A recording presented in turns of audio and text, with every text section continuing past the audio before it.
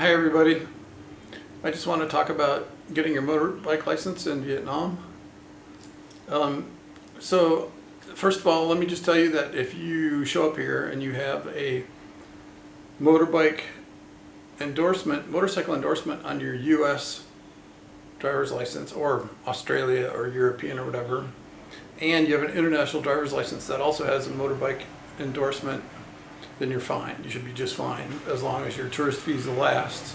But if you've been here for a while, like I have, what happens is my driver's license is about to expire. My international driver's license expired, and there was a policy change in Vietnam. So the police used to ignore us. You know, they would in fact turn their back on us when they were pulling people over. They would see a Westerner drive by, and they would actually turn their back on us. And that happened to me a whole bunch of times. But then a policy change happened on August 16th, and it was driven by some people getting killed on Monkey Mountain. And this, you know, is specific to DaNang, and I don't know if this is happening in Hanoi or Ho Chi Minh City, but it is definitely happening in DaNang. And I think it's because some inexperienced riders rented motorbikes and went up Monkey Mountain and got hurt. You know, Monkey Mountain is, you know, it's a big mountain, and there's a lot of steep roads and a lot of ways to, you know, get hurt. There's some really steep sections that are probably fine going up, but not fine going down. You know, you really have to be on your game and know what you're doing up there. So, you know, if you go up the backside and come down the front side, you're probably fine, because the front side's a nice easy road. It's like skiing groomers at Park City. You know, nice big easy road. But coming down the backside, there's a lot of steep stuff. You know, to maintain the skiing analogy, you know, you're talking black diamond and the skill set required to navigate that stuff. So, so August 16th, the police received some new policy from on high, who knows where it came from, where they start pulling over Westerners and checking them for licenses. And if you did not have a license, then they confiscate your bike. And that's happened to a couple of friends of mine. So what has happened, let's see, today is October 21st, 2019. So 2 months, let's see, August, September, October, yeah, 2 months have passed since the policy change happened. And people are kind of freaking out, you know. I mean, I've been riding around, I've been taking the long route and avoiding main roads, and you know, I really curtailed my riding. And so there's a lot of different, the ability for a Westerner who does not speak Vietnamese to go out and get their driver's license is, it's a very opaque process. I mean, it's, you know, you're facing a black wall and you have no idea what to do. And so anyway, I engaged an agent, my visa agent, Lin Nguyen, and on Facebook she is Lin Visa. In the DaNang area, you can find her. But I asked her, she's the one that I use for border runs to extend my visa. And she's my visa agent. And so I asked her if she could do it. And she said she could, what did she tell me? Anyway, I don't remember exactly what she told me. But eventually she came back and said, yeah, I can do it. I'll figure it out with you. Let's work through this. And so I was in her guinea pig class for getting licenses. And in fact, last Thursday I passed the riding exam. And so I will get my hard copy license in the mail, or not in the mail, she will get it, and I will receive it from her soon, like in the next week probably. But so the process is, I have a Colorado license for driving city bus and school bus, and it's valid, and she took that and had that converted into a Vietnamese license, and which I have in my wallet.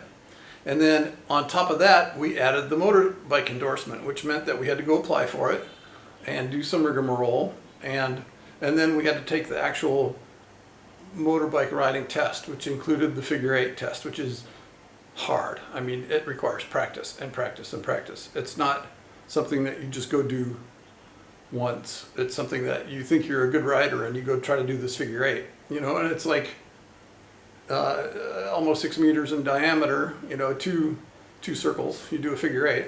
But it's only like 60 centimeters wide. Yeah, it's not very wide, 2 feet wide maybe. If that. It might not even be that. But it's hard to do, and it requires practice. So anyway, we went through all this with her. She brought us to the practice track. She had one of the examiners come over and work with us, and then we ended up at the on the 17th of October. We ended up at the test and took the test, and 5 of us out of 7 passed. I practiced. I actually rented.